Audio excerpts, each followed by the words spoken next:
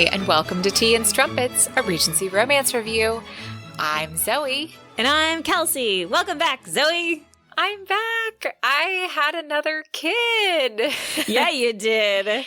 And for those of you who were following along and knew that I didn't know what I was having, I had a girl. So yay. Yes, there's another tiny child in the world, and she's adorable. Yes, so as somebody said to me recently, the world needs more girls. So I was very surprised somehow, and also not. And I love her very much. Her name is Genevieve Lily, and we call her Evie. So yeah, welcome back, me. And now I have 2 kids to try to schedule podcast recording around. Yeah, we're working on it. So we're going to get just to that. I also started a new job. So Yes, that's you did. exciting, which has also made recording tricky because before I was at Zoe's beck and call. Now I have hours again.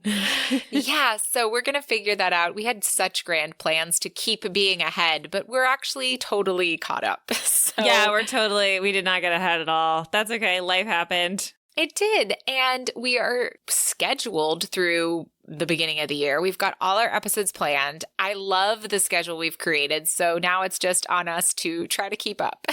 Yes, that is going to be the tricky part. But we're going to try really hard because we've got such great support from our listeners and we want to keep it going. Absolutely. And speaking of our listener support, today we're doing our first patron book choice. So as a member of our aristocracy on Patreon, one of your perks would be to choose a book for us to talk about on the podcast. And that's what we're doing today. Yes, this is really exciting. This sparked a reading frenzy within me. I had a lot of free time because I wasn't working full time and Zoe was off doing kid things. And so I've been reading like a wild woman. And it was great because today we get to talk about Love in the Afternoon by Lisa Kleypas. Now, this is the 4th book in the Hathaway series. So, of course, I read this and was like, probably should read the other ones. Yes. And thank you so very much to our patron Camille for this book choice. Yes. So we have talked about Lisa Kleypas before. We love Lisa Kleypas. She's wonderful. But however, we do have a history fact for everybody. So today we're going to talk about the Victoria Cross. Now, if you have no idea what the heck the Victoria Cross is, it is considered like the highest military honor in Britain, if I'm not mistaken.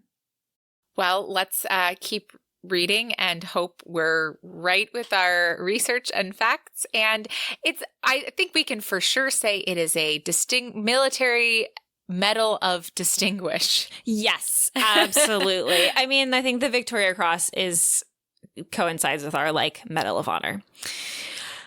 So anyway, but it has a very interesting story. So on June 26, 1857, at an awards ceremony in Hyde Park, Queen Victoria presented the first 62 Victoria Crosses in front of a cheering crowd of 100,000 people. A century and a half later, oh, hey, I answered my own question right here, guys. A century and a half later, the medal remains the highest honor for bravery and valor that can be awarded to members of the British Armed Forces. See, you did know. You had done the research. You do it. You just doubted yourself. Exactly. So the Crimea War was one of the first modern wars, complete with reporters from the major newspapers of the time describing tales of daring do from the front lines for the news-hungry folk back home. And whilst the bravery of the gallant officers involved could be recognized via the Order of the Bath, an award founded by George I in 1725, no such award was available to acknowledge the heroic actions of the ordinary British servicemen. Now, side note, for those of you who don't know, you had to pay your way to be an officer. So if you couldn't pay a commission and be an officer, then you were just a regular grunt like everybody else. So, other European countries already had awards for their armed forces that did not discriminate against class or rank. And so in early 1856, with increasing public support, Queen Victoria ordered the War Office to strike a new medal, the Victoria Cross, which was made open to all members of the British Armed Forces, regardless of rank. The award was to be backdated to 1854 in order to recognize acts of bravery from the Crimea War. The original royal warrant for the Victoria Cross stated that the award should be ordained with a view to place all persons on a perfectly equal footing in relation to eligibility for the decoration that neither rank, nor long service, nor wounds, nor any other circumstance or condition whatsoever, save the merit of conspicuous bravery, shall be held to establish a sufficient claim to the honor. Whew, that was a mouthful. It was originally thought that the medals were cast from the bronze of 2 Russian cannons that were captured at Sebastopol during the Crimean War.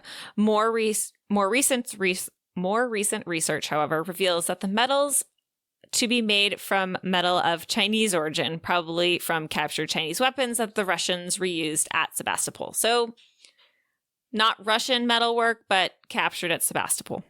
Was actually used to cast these medals. So you're actually carrying a little bit of the battlefield with you.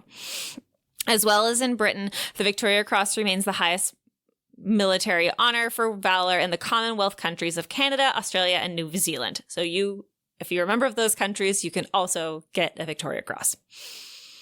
And then we will link this article in the show notes because it's very interesting. I didn't even put the whole article in there, but it gives you a lot of information. And I've actually been reading a lot of books. This one was one, but I actually read a new book, The Belle of Belgravia by Mimi Matthews. Came out. I really wanted to read it. It just came out. I only knew it because I had pre-ordered it and it dropped into my Kindle, and I was like, well, what do you know? But that hero also was in the Crimean War, was at the siege of Sebastopol. So like the Crimean War was actually like really quite horrific by all accounts. And so it just was really interesting because I've heard a little bit more about it than I ever had before. All right. Well, let's get into our main tropes for today. Our main tropes are mistaken identity and quirky girl with the popular boy. Ooh.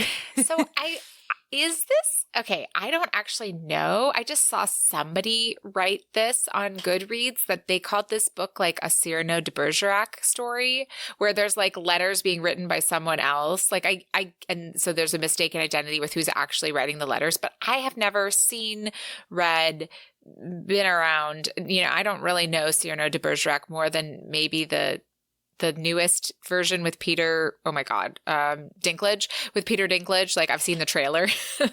You said the name and it rang a bell, but like I had no idea what you were even talking about. So okay. So we don't know. I got nothing. But listeners, let us know if you know if this is kind of a take on that. I'm just curious. Yes. But we also have to talk about our main characters, which is Miss Beatrix Hathaway and Captain Christopher Phelan. It is captain, I'm pretty sure. Yeah, I'm pretty sure he was a captain. And he'll one day be a lord, but he's not yet. And I think he's of too low a rank to be a lord beforehand. So we do have some patron thoughts before we read the book. So we asked our patrons what they wanted us to think about before we dove into the book. And Camille says, words can't describe just how much I enjoyed this book. I love the 2 main characters and how their personalities just fit each other so well. I feel like the plot has been done before, but this one just adds more spice and structure to it. The impact of this amazing literature made me want to pursue a similar career choice. Lisa Kleypas is gifted with words when it comes to storytelling. Yes, she is. She will move you with words, and you wouldn't even know that until you read the very last page of her novel. And Camille, I cannot agree more about Lisa Kleypas's writing. And I was also really excited when you chose this book. I will say I had read this book before. Kelsey, had you read this book before? I had not, actually. I hadn't read any of the Hathaway books, believe it or not, which was wild to me. And I didn't realize it until I was reading it. And I was like, how have I not read these? Okay, this is so interesting. And I will hold my thoughts, though, on, because I actually had very kind of different experiences the first time I read it versus this time. So I think this is going to make for a really great discussion, and I'm looking forward to getting into that. But before we get into our discussion and our synopsis, we do have a small trigger warning of PTSD. There's nothing too graphic in our synopsis, but that is something that is in the book. Yes. So, Kelsey, shall we take it away? We shall. Beatrix Hathaway is considered an odd duck. She would much rather be with animals than people. This has caused her to have issues in society and has put her at odds with her neighbor, specifically the younger son, Christopher, whom she overheard at a party saying very mean things about her and her odd nature. Christopher eventually joins the army and is sent to fight in Crimea. Beatrix's vain friend Prudence was so taken with his looks that she gained permission to write to Christopher. But after receiving the first letter, she had no interest in responding. Beatrix could tell that Christopher was desperately in need of someone to write, though, so she took over writing letters as Prudence. They go back and forth for months, until Christopher admits his love for her in a letter. Yet he admits love for Prudence, since Beatrix never revealed the deception. Heartbroken, she accidentally sends him a letter saying, quote, "Dearest Christopher, I can't write to you again. I'm not who you think I am. I didn't mean to send love letters, but that is what they became. On their way to you, my words turned into heartbeats on the page. Come back, please come home and find me." That letter ends their correspondence, but Beatrix is still hungry for news of Christopher. In the interim, Christopher's brother dies, leaving him the heir to his grandfather's title and fortune, which renews Prudence's interest in him. Finally, after almost 2 years from the time he initially left, Christopher is back. He is heralded as a hero, but Christopher is suffering from PTSD and grief over the death of his brother, so he has no interest in the society he used to love. All he cares about is finding Prudence, whose letters helped bring him through the war with a sliver of hope. He is full of questions about the final letter she sent him, and he wants answers, since he still feels so strongly connected to the woman who wrote him. While Christopher is still interested in finding Prudence, he spends time at Stony Cross because he is not yet ready for London. While there, he encounters Beatrix and her family. While she sometimes irks him, he feels strangely comfortable in her presence. When he finally goes to London, Christopher meets Prudence, who does not appear to be the woman from his letters. Quote, "It should have been the finest night of his life, but in a matter of minutes he began to realize that the long-awaited relief was no more substantial than a bridge made of smoke. Something was wrong. Something wasn't real." In fact, it is very shortly clear that she did not write him any of the letters he received. Christopher is outraged and already has an inkling who the author could have been. His inkling is confirmed at dinner with Beatrix's family one night. In one of his letters, she wrote to him about a young mule, and he told her about his own mule, Hector, from childhood. Turns out Beatrix has a mule named Hector. From there, Beatrix and Christopher have the usual give and take. They share personal confessions and get to know each other. It seems Beatrix is the only one who notices that Christopher is no longer the man that left, and she is the only one there helping him learn who he is off the battlefield. Finally, the truth of the letters comes out between the two of them. Quote, "Christopher was quiet for a long moment. He had begun to breathe heavily. 'Why did you stop?' She sensed how difficult it was for him to ask, but God help her, it was infinitely worse to have to answer. Because it hurt too much. The words meant too much. She forced herself to go on, even though she was crying. I fell in love with you, and I knew I could never have you. I couldn't pretend to be Prue any longer. I loved you so much, and I couldn't." Christopher wastes no time telling her he loves her as well. And as with any good confession of love, we have our first encounter. Just a quick orgasm for Beatrix from Christopher's hands. Nothing too exciting, but you know. Then it all goes south when Christopher tells Beatrix that he cannot marry her, not while he still has nightmares and rages. He's too worried that he would lash out and unintentionally harm her. Beatrix is not convinced this is a good reason to wait, so she takes Christopher home to speak with Cam and Leo. While they share Christopher's concerns, Beatrix would be miserable having an indefinite wait, and if he loves her, then they should marry. That was the brothers' consensus anyway. Christopher is still not convinced and needs to think a bit on the topic. Quote, "He's a man, dear," Amelia explained kindly. "Sustained thinking is very difficult for them." "As opposed to women," Leo retorted, "who have the remarkable ability to make decisions without doing any thinking at all." Thankfully, this thinking does not take too long. The next day, Christopher agrees to marry Beatrix with conditions. They won't sleep in the same bed. They can do other things in bed, though, for fear of his nightmares and his reactions to them, and Beatrix is asked to not tempt fate by training half-wild horses or climbing trees to put back a nest. He has been asked to not drink strong spirits to deal with his thoughts. Beatrix would rather not have conditions, but wants to marry him anyway. Of course, these conditions are almost immediately broken when Beatrix falls from the half-wild horse she's been working with. The two make up, Christopher's anger fading quickly, and then we get 2 full encounters in quick succession. Things go forward with little excitement. Beatrix and Christopher are married and settling into married life. There is still a bit of contention on the whole not sharing a bed to sleep thing, but other than that, things are going well. Until Christopher finds out that his friend, whom he thought died in battle from a mortal wound while he was saving another officer, was actually captured and is in fact alive and was brought back to England not long ago. Downside to this news, the man has suffered tremendously and blames all his pain and suffering on Christopher. This man, Bennett, does indeed try to kill Christopher, but luckily Christopher is able to talk him down by explaining the true circumstances of what happened leading up to his capture. Then he brings Mark Bennett home and tells him to stay with them while he begins his journey of recovery. Afterwards, Beatrix gives Christopher a letter his brother wrote to him before he died. Dealing with Mark Bennett and reading his brother's words help Christopher. He is wasting his time trying to make everything perfect. There is an encounter, and then Christopher gets into bed with his wife to sleep the night away. And then we have an epilogue. Christopher is awarded the Victoria Cross, and Albert, his dog, is also rewarded a medal by the Queen. Mark Bennett has come a long way in healing, and whilst he still has things to work through, he is fit and taking care of his family business.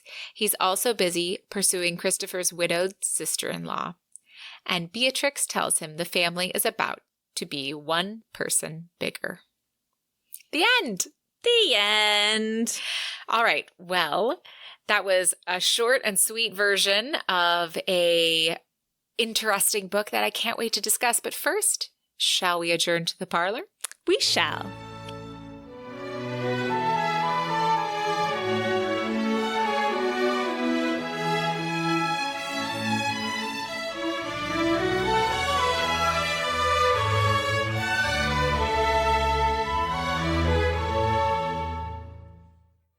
So today, we'd like to just start by saying, if you'd like to find us on social media, you can find us on Instagram at T as in Tom, N as in Nancy Strumpets, Twitter at the same, Facebook /TN Strumpets, and YouTube by searching our name. And actually, Zoe, we got an email from YouTube today. Eventually, we'll have a handle we can put in there. You're right. It's going to be at T as in Tom, N as in Nancy Strumpets. Also on Woo-hoo! YouTube. Yes. But what we'd like to speak more about is our Patreon. Yes. We have made our first goal, which is wild. Yes. So thank you, everybody. Oh my gosh. Like it's just really humbling to be supported by you guys. Yes, it is. And we've gotten such lovely comments from you guys, and it's really so great. I was actually able to meet a couple of you on our quarterly book chat. So speaking of, one will be announced soon, patrons. So hopefully with the holidays, we can get something worked out. Yes. And I can meet some more of you, or we can meet some more of you. Yes, I'm going to be there for this next book chat too. So this is going to be very fun. But in order to be part of our book chats, that would be our second tier. But let's talk real quick about our tiers. We have a $3 a month tier called The Ton. You get a whole bunch of goodies for that. And if you have a little bit more to give, then you can join us in Almax for $5 a month. And with that, you get to join our quarterly Zoom chats, which, like we said, we're going to have one upcoming. We've already chosen the book for the discussion. We'll be announcing that soon. And then finally, we have the aristocracy, like our lovely patron Camille, who supported us for $10 a month. Oh my gosh. Yeah. And got to choose this book. So, so wonderful, so exciting. And believe it or not, you can find us at patreon.com/T as in Tom, N as in Nancy, strumpets. What? Yes. Good thing we're consistent across all media. Yes. It was actually not that easy in the beginning. I tried to get tea and strumpets and there was issues. So I'm glad we found one that worked and it's not too complicated. Absolutely. But first, since our last recording, we wanted to actually personally thank some of our newest patrons.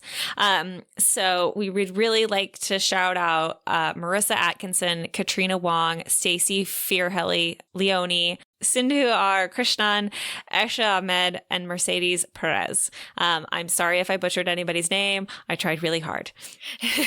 Yes. And patrons, let us know if we butchered your name. We'll say it again. Yeah. I'll correct myself. We don't mind that. If you've listened to some of our backlog, you've heard us correct ourselves, our actually section of the podcast. Yes. And like we have been saying, we so appreciate your support. And if you are listening to this podcast right now, you are supporting us, and we are so grateful for you.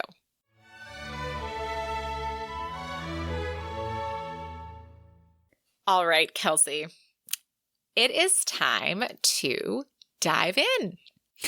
It is time to dive in. So first, I'm going to tell you my fun fact because I wrote it in the book, and my name's in the book, which is very exciting because Audrey, who is Christopher's sister-in-law, her maiden name is Kelsey. So woot woot. Ooh. I am in the book. I'm never in a book because my name is so weird. I was also in a Regency book. There was a Zoe in a Regency book, and I was like, what? It was actually a Victorian book that I read by the author of the book we're doing next time. Haha. Yeah, super weird. Yeah. But yeah, so that was just a fun fact that I'm just going to throw out there. Yes. So you said this was the first time that you read this book and the first time you'd been around the Hathaway series. Now, obviously, there were some familiar faces because you know who Cam Rohan is. I know, which is why I thought it was so wild that I'd never read these books because I loved Cam, and why I never picked up that he had his own series. He was in a book that had his own series and features heavily in all the books, too. Yes. What is the name of that series? My brain is just, what is the original series? The Love the and Wallflowers? The Wallflowers, of course. Duh. I just couldn't. I'm sorry, guys. I just had a baby. Well, okay, it's been 3 months, but I just had a baby. Great. We're great here, guys. Don't worry. Yes. Okay. So yes, this is kind of a tie-in to the Wallflowers series. What did you think? I thought it was really cute. Yes. I just thought Beatrix was really cute, and her love of animals. I think she's just too cute, and I love that she's always just so-and-so's a fox, and it was so cute because what did she say? I think she said it to Christopher. She was like, oh, it makes sense that you'd like Cam best because you and him are both foxes. Yes. And it was just really cute. And then she flatters Christopher's grandfather, who's a hard ass. And she's love that just part. And he's kind of concerned when she first meets him because he's I'm going to marry her regardless. But his grandfather's very proprietary, and snobby. And then she just immediately, when she's like, oh, you're an eagle, I can tell. And then she just proceeds to flatter him. And then grandfather turns to Christopher. He's like, if I was 10 years younger. And he's 10 and he's okay, 20, but still I can understand why you want to marry her. She's fabulous. Yeah. And it was so sweet because I think Christopher at that point said but she's not conventional. And he said, the grandfather said had an admission that like he had once had the option of the unconventional girl and he did not choose her and he regretted it for the rest of his life. Exactly. Bonding moment. Yes. So yeah. So then you thought this book was very fun. I don't disagree. I think that this book has a lot of fun intentions. So like I said, I've read this before. And my memory when Camille chose this book, I was so excited. I was like, oh my God, such a great book. I remember it really well because of Beatrix, like because she's this animal girl, right? And she's training wild horses and talking to dogs and, you know, has a hedgehog running around. Yeah. And there's a goat in the house and like all of that, the animal antics I loved. And so that's what my memory was. This time around, I was pretty actually off-put by this book. I did not like their intimate relationship at all. And I did not like, I didn't like kind of them. I thought that they were both a little bit underdeveloped when I came back to this book. I do want to caveat about when I read this book. So I read this book from July 6th to July 8th. I was due on July 6th and I had my baby on July 8th. So there was a lot going on in Zoe's brain and body and everything. Yes, maybe I was a little bit testier than usual, but I still stand by my opinions that I'm going to state as we continue talking. That's okay. I was definitely like crampy and having contractions and like kind of grumpy. And so that made me be even more just like everything that irritated me about this book. I was like, you know, and I'm sorry, Camille. I know you love this book and I do not love this book, but I still totally understand why people love this book. I know a lot of people who this is their favorite Lisa Kleypas. I've seen that. And I think that that's valid. There were some things in it that didn't work for me. And I think that's totally understandable. I think that it's funny because I remember you're like, so Love in the Afternoon, like, and I was like, really? Yeah. But then looking back, it's so funny, Zoe. I know you now. Like when I read books, especially when we're going to talk about it on the podcast, I pick it apart and I'm like, I wonder what Zoe's going to say. Like, cause I can just see Zoe really not liking this. Like, it's just so funny because I know you now reading and what's going to irk you and what's not. Yeah. I think what it was is like, and again, like for me, and I think that it's very interesting just to talk about where you are and how you perceive books. I think like I've been reading a lot of books and honestly, I've been like every book I read, I'm like, that was great. Good. And then I get on to the next one. I'm like, that was fabulous. Like it's just kind of like I'm just loving reading and loving the journey of it. Yes. And as so for me, one should. Yeah. And as for me, like I thought this book was cute. And as much as like there was talk about PTSD, it was very light. Which, you know, I think is really interesting. In fact, like it made sense to keep it kind of light. I appreciated that, you know, I always appreciate though with like Christopher, like he suffers from the PTSD and it's like he's willing to try and he's willing to like contain, like, you know, assume he's not gonna like, you know, punch Beatrix in the face in the middle of the night with a nightmare. And you know, and I think that's really good, but I think that obviously it was more just like for me, it was that understanding and that compassion that I thought was just really sweet. And it was just so Beatrix too. You know, she just really was like instantly place of compassion. And he really, I think for me, what really stood out was just how much he was allowed to be him and the new him. Beatrix's family and Beatrix did not need him to be the person that he used to be in London. In fact, they didn't care that he wasn't that person. They liked him better because of it. Oh, no, I think that is all really wonderful. And I think that those are some of the things that worked so well in this book. Like the fact that Beatrix works with animals, that gives her a little bit of a different intuition and understanding of, you know, pain and her suffering and skittishness. Like she definitely can see him for who he is and be able to work with that, for lack of a better term at the moment. But I felt like a lot of the story had a ton of promise, but then fell flat. Like it didn't quite live up to these ideas that they had. This almost felt like an early Lisa Kleypas to me. It's not, though. It's kind of in the middle, right? Because she's got the Wallflowers ahead of this, that she's already written, and this is number 4 in the series, so it's not that early. There's some, like, I have a note here on page 67. I wrote page 67 dialogue. Now we're in Lisa Kleypas territory. So like, I feel like this book had a lot of really grand ideas, but then everything just to me didn't quite live up to it. And we'll get to this in our steaminess encounter more, just, the sexual encounters, I have some problems. So I think overall, I just felt like I have a note here that I think maybe fits for me, which is like their relationship is too much syrup and not enough substance. I can totally understand that. It almost reminds me of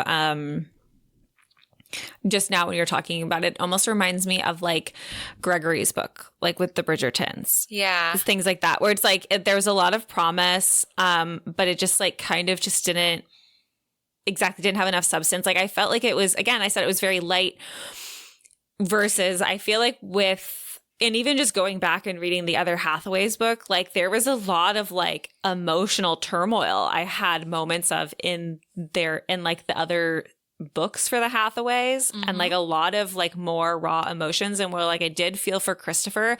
I felt that I didn't really have the same like depth with Beatrix. Like Beatrix, like she was so kind and compassionate. I almost like I wanted there to be like a secret hidey hole to like dig into with her. You know what I mean? Well, we did. Didn't she steal things? Yeah, she did. And there was that trauma, but again, like it came from that trauma, but it's not like the other ones, like with her other people, and a lot of times in the Lisa Kleypas, when they get into like their trauma, like it makes me teary. Yeah. It's like I can feel the like upset. I can feel the empathy like in me. You know what? We also had recently read Crying Wolf, which also has a very similar, like a kid, not a kid, the heroine steals things. Yeah. The klepto character. Interesting. And I didn't even put that together. I definitely had more of a visceral reaction. I think like the trauma seemed more like it was more like her trauma that kind of went into like the taking of things, versus like Beatrix's like, again, there was trauma. It's trauma crazy is trauma, to but be like, measuring trauma against trauma. But it just didn't hit the same way. The execution of it did not hit the same way, I think is the fair thing. And yeah, like, I think that's fair. I think that, I just think that additionally, I had this. So like, overall, I felt like the plot was a little bit weird. Like there were like 3 plots in this book and a lot of tropes, which we didn't even say them all, because at first it's like they're exchanging love letters and there's a mistaken identity. And then he comes back and he's the wounded soldier who needs to be healed, and he can't sleep in the same bed as her. And then all of a sudden someone's out to kill him. I really wish that had come up sooner, you know, but it's really interesting because, that's a similar book in Jennifer Ashley's, like The Seduction of Elliot McBride. Okay. Like it's a very similar theme where like he's suffering from major PTSD trauma, and he feels like he's being watched and someone's there and is out to kill him. And it turns out that person's not actually out to kill him. It's like somebody else, but there is like someone trying to kill, but it's like it features so much more heavily throughout the plot. Like, so it's like, it's kind of brought up similarly, versus like he's just like with this, it was almost like a way to make it be like, this is why Christopher can get over his like not sharing the bed thing, is because like he can know that like some of his own personal guilt that he was feeling, that was his guilt was also what was helping trigger his PTSD. And so like for me, it was kind of just like a nice bow to tie on to, oh, but now that thing he's been feeling so the most guilt about, now he doesn't have to feel that guilt anymore. So he can like heal from that. You know what I mean? Like, I felt like it was almost too tied up with a bow in that sense. And about his PTSD, I wrote, B shouldn't be Christopher's therapist, because often she is. Yeah. But it is Victorian England, so no one had therapists. Yeah. So, but you don't really want your significant other to be the one who's your therapist, right? Like, but at the same time, in Victorian England, that's probably your best thing. Anyhow, so our patron, Camille, we asked her, do you have any questions or discussion points you'd like us to touch on in our discussion about the book? And she wrote, what were your thoughts? I'm going to pause here. We already talked about our general thoughts. And then she says, I would love what you thought of their dynamic. Kelsey, what did you think of their dynamic? Again, for me, it was just like sweet. Again, it was like, you know, the caring woman with the wounded man, you know, and I think that there were moments where I just thought it was really sweet and touching, and like, and then there was other moments too where I almost wanted there to be like more of a fight. You know, Christopher was like, at some points he was like so angry and he was like ready for a fight, and Beatrix was like, yeep. Not doing that. And it's just like, like, I don't think he got over it that quickly. Yeah, I think that was an interesting thing with their dynamic, that she didn't ever like play into it. She never fueled the fire. She always kind of like sidestepped it. And then he was like thrown off. So I think that is definitely an interesting thing about their dynamic. I thought she was trying to throw him at Prue way too long. Yeah, that was irritating. Like, I hated that, because even after he kind of found out and she kind of was thinking he knew, but it hadn't been confirmed yet, she was like, no, he still needs to go over Prue. He still needs to go over Prue. And it's just like, girl, fight for the guy you love. Yeah. And then she says, how is this story different than other stories you two have read, or if you two could recommend other books with a similar plotline? Well, I think this book is, how is it different from other books we've read? I could talk about that all day. I mean, just because it's a little bit vague there, but other similar plot lines. So first of all, let's think about the first one, exchanging letters, but not knowing what the other one. You know, it's funny. Like, I can't think of a lot of mistaken identity plots that I really. Yeah, I don't read that one a lot, which is interesting. I should have prepared for this particular question, but I don't know. Maybe next episode I'll come back with the memory, because I know that there's at least some letters books that are interesting where there's like a lot of letters exchanged. I just can't remember what they are. So we'll get back to that one. But so the first part of the book is the letters. Second is PTSD and a person out to get them. We got that. There's the one you were talking about. Yeah, there's the seduction of Elliot McBride. Very similar lines, but a bit more dark. Yes. And also the author that we're going to read next week has a lot of similarities in the, not necessarily PTSD, but in the like, you know, the third thing, which is the person out to get you. I would say that's kind of like the mystery, like the mystery killer almost. Like, I don't know. I've read a number of books. I can't think of them off the top of my head. Wow. But I'm sorry, Camille. I can never think of books off the top of my head. I can give you vague plots and like hopefully come up with an author name, but like to give you a title, like.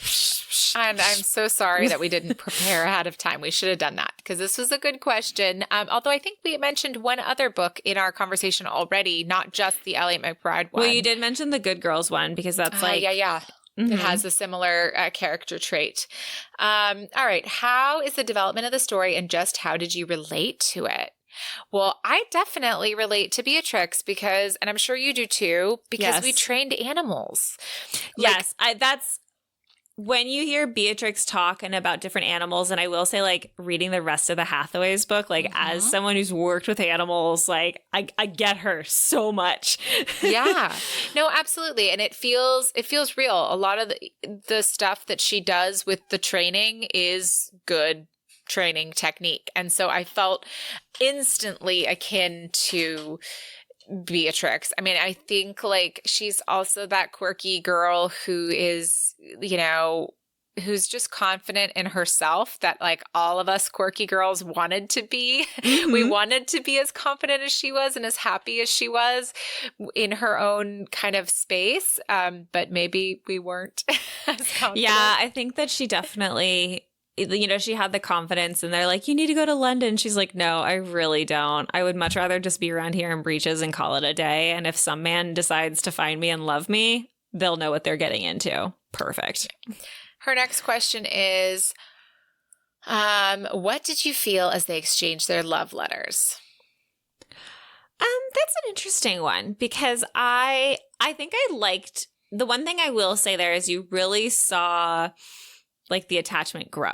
Mm-hmm. I think that's what it was. And you could really feel, I think like, especially when she got to the end and like had to break it off, I think you really felt like the depth of the letter get more intense, like it was never, and the thing is they were love letters, but they were very like not obvious love letters. You know what I mean? Oh yeah, I totally agree. I thought they were beautiful. And I was really, I found them very compelling. I think it's hard to write a book with letters in it that are supposed to convey something. So I think that's very well done of Lisa Kleypas.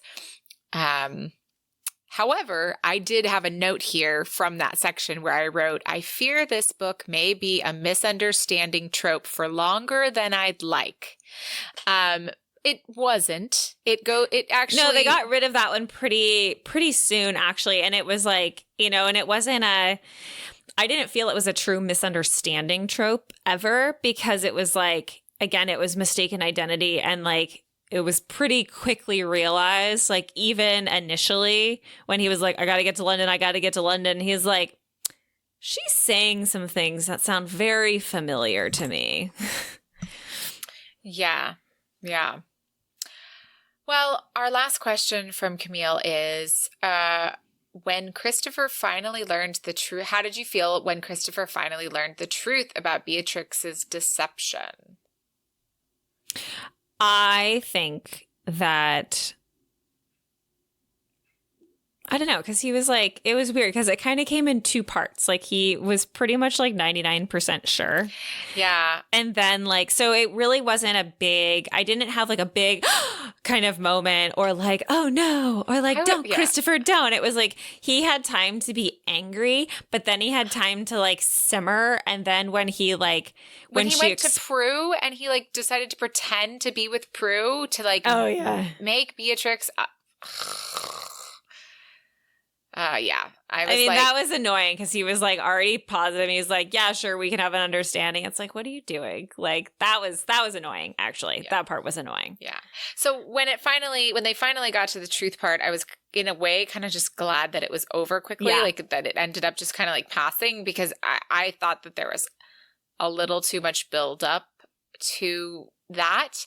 I almost wish that there had been less buildup and more like absorption. Do you know what I mean? Like rather than so much buildup where they kind of absorbed it and then they were just over it. I mean, whatever. I mean, it wasn't a big selling point for me because I don't know. I wasn't into it. Okay, so we're going to wrap this up a little quick here. So our hero rating, what would you rate Christopher? I was just thinking about this, and I think at the end of the day, I'm going to rate Christopher like a 6. Okay. Because I like him, but I felt I wanted there to be more. Like I wasn't in love with him. I haven't gotten into it yet, but I'm going to rate him a 3. I always think about Vanessa Zoltan, saying, well, like, but if this is a 10, like, what if you dislike them? What if you actively dislike them? And 5 is my take it or leave it. And I want to leave it. I like a lot of the things that Lisa Kleypas did with this, but when it comes to sex, I have major problems. And therefore, I give this character a 3. Okay, there we go. So Beatrix. Yeah, we got to talk about Beatrix. I will give Beatrix a 7. I will give her a 6 because I would take her. Like I wouldn't leave her. But I'm not in love with her. think she is underdeveloped. Yeah. And I think that her fair maiden kind of like take me attitude with sex is bold but possibly problematic in just based on the rest of the dynamic. Which is very surprising based on how she is everywhere else. It's like very incongruous with like who she is like everywhere else. And then for her to be like, I don't know. Yeah. I mean, yeah, I think that there's definitely a juxtaposition in her personality between the bedroom and not. I think it's more like again, she's so she's so soft and sugary and sweet that it's like, that's what soft, sugary, sweet women are. I don't know. I felt like I don't know. Maybe that's like that to me. I feel like when I read a soft, sugary character, like main character, like, and like when it comes to sex, they're very much like, I don't know, take me, do what you think is necessary, you know? Well, like, but Beatrix was a little bit more than that, right? Like, so, because she was just, he was like trying to be kind of like aggressive towards sex. And she was like, fine, let's do it. You know, like, yeah, he did use it a bit as a weapon for sure. Yes, he did. And so and then Beatrix didn't let him weaponize it by saying, yeah, let's have sex, you know? Yeah. Which was interesting. And I think we could just take all those passages and have a whole episode on it because it really would make for an interesting conversation. But that's not what we're doing here today. So no, we have to tell a quote. I've got a few. All right. Okay. So I've got some interesting ones, and I just like some, just like I do with a Bridgerton, it's just sometimes it's just a fun family line that I just can't do without. So prefaces. This is Christopher talking to his sister-in-law, and he's trying to explain how he feels post-war and dealing with all the stress of it. You said that I said it. Set that hoop down, or I swear I'll wrap it around your throat. Understand something, Audrey. I am scarred from neck to foot. I have been shot, stabbed, bayoneted, struck by shrapnel, treated by doctors, so drunk they could barely stay on their feet. A savage pause. And none of that hurt like this. Yeah, he did not like being deceived. Yeah, no. And this is just one to lighten the mood. This is Amelia dealing with her son. In response to her son asking why he must have a bath. This is it, quote. Those of us who have a difficult time with godliness, Amelia replied with a grin, must settle for cleanliness. So cute. Which is just such a good, I was like, ugh, yes. Well, I have that page 67, as I said in my book, dialogue that I wrote. Now we're in Lisa Kleypas territory, and I figured I should just share it because obviously if it hit that spark in me, hopefully it'll hit that spark in somebody else. And this is, again, the family dynamics. And I just loved all the family dynamics in the dialogue with the Hathaways. They're fabulous. And yes. Lisa Kleypas is a god. Anyhow, so this is wonderful, Amelia said equably. Why are you enemies, dear? I met him yesterday while I was out walking, Beatrix explained, and he called Medusa a garden pest and faulted me for bringing her to a picnic. Amelia smiled at Christopher. Medusa has been called many worse things around here, including, quote, diseased pincushion and perambulating cactus. That was my favorite, perambulating cactus. I never understood, Beatrix said, why people have such unreasonable dislike of hedgehogs. Oh my God, see, it got me again. Perambulating cactus is so good. So good. All right. Steaminess rating and encounter counter. Do you have an encounter counter? Oh, I wrote it through. There's a couple. There's like at least. I think there's 3 or 4. 3 or 4. Yeah. So this kind of, to me, goes into my feminist recap. I did not find this book steamy at all. Now, that being said, I was about to have a baby. I was having contractions. I wasn't feeling very sexy, let's just say. So I wasn't feeling the steaminess. That's okay. I think for me, honestly, as far as like steaminess goes into, I did not particularly find it like a hot cup of tea. Like it was, like it could have been. And like there was hints of it. Like I think that, like the first time, was it the first time they kissed her? Like one of those things where they just like kiss and stuff like that. Like that for me was like more steamy than some of the rest of it, honestly. Yeah. So to me, it was like, I actually think Beatrix's reaction of like not letting him bait her and when it came to sex and like, or like not letting him bait isn't the right word. He baited her and she was like, yeah, absolutely. Yeah. But by her not being intimidated by his tactics was pretty cool. I just wish it had been more of a dom thing than a anger thing. Yeah. Do you know what I'm saying? I think that if it had been like he is a dominant guy in the bedroom, or even like Sebastian St. Vincent, right? Who just is like, if you do that, I'll have sex with you or whatever. Like, and fair warning. And then follows through on it. Yeah. But like that to me was obviously like, I think that book's amazing. So, but this one didn't work for me because I found it really problematic because Christopher was threatening to rape her, like actually rape her. And he would like use like violence and force in sex. And like, I just felt like I thought it was cool that Beatrix was not scared, but excited by it. And I think that that's valid and good. But again, I wish it had been a dom sub sort of thing versus. Yeah, I think there's a way to do it in that sense too. Like, I think, for the idea of not trying to defend it or anything like that. But I think in that way, it was more like he's so angry at the world. And again, it comes into like, and this is what I almost didn't like, because Beatrix treated him so much like an animal that she was training or like had to tame. Yeah. And this was one of those situations where he's like, oh, he's so angry, so I have to throw him off balance, know? Like, and it's just like, or we could just also teach him how to deal with his anger. Well, again, and not reward him for that behavior. Yeah, but she was like, it was interesting. I feel like there was something there in all of the ideas of this book, but it didn't come together because, again, like all of the sex scenes in this book are started by some type of violence or at least physical and verbal intimidation from Christopher.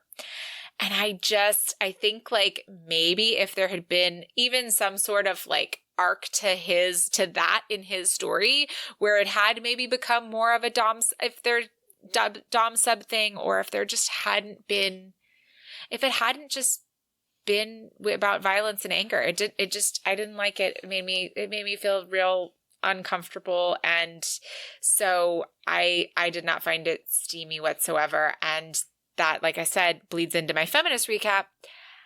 I think this one is an offender.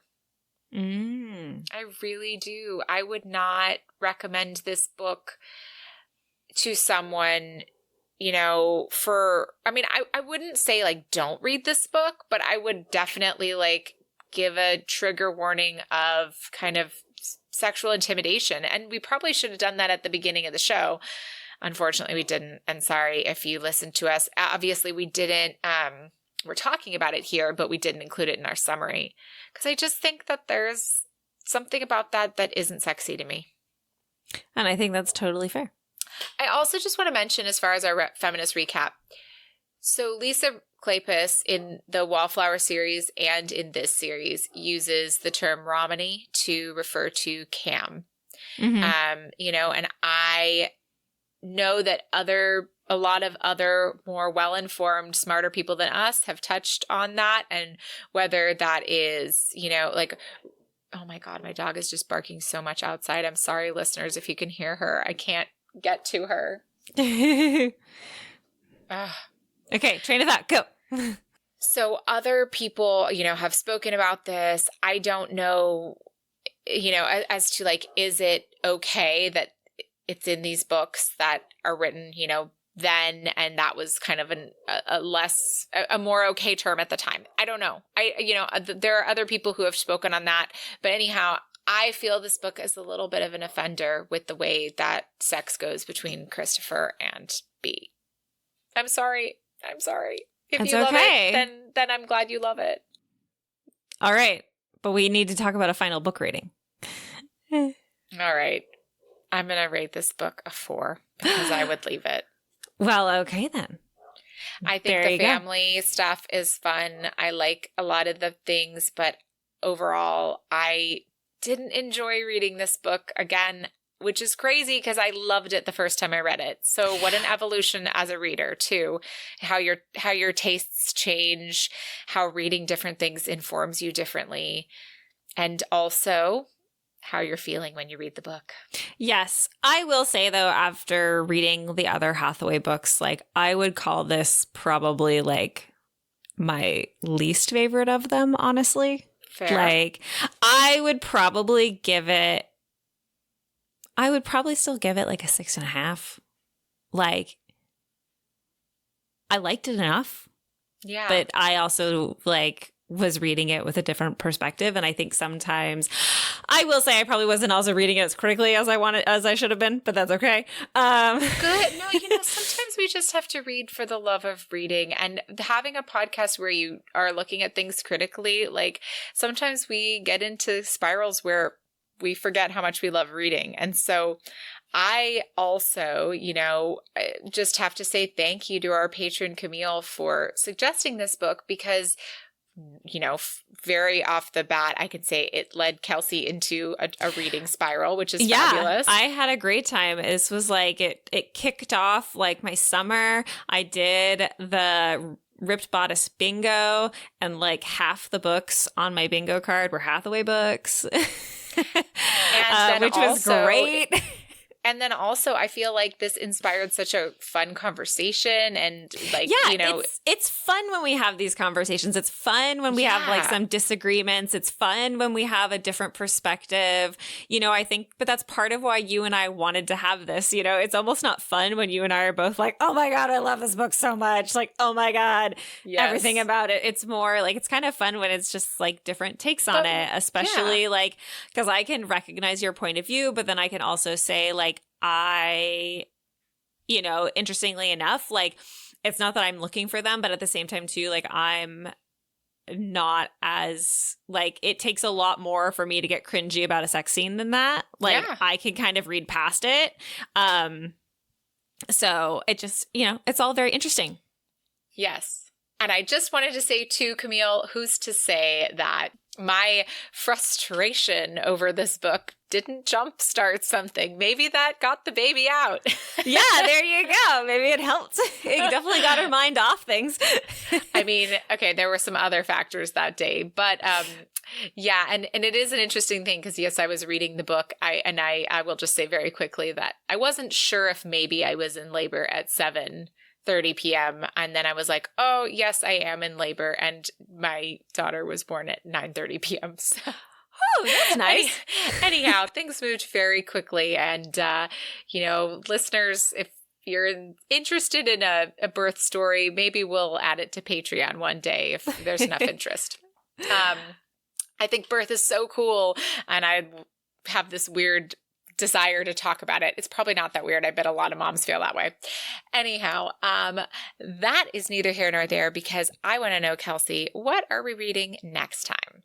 So next time we are in the month of November, and I have decided when we were planning this out that November would be new author November. Yes. So we had picked a book off our list of teachers, hot for teacher list that we did, and we decided to pick one of the books. So we both unanimously agreed to do Deception by Amanda Quick, which was fun because it was a bit of the role reversal where like the man was the employee and the woman was the employer, which was fun.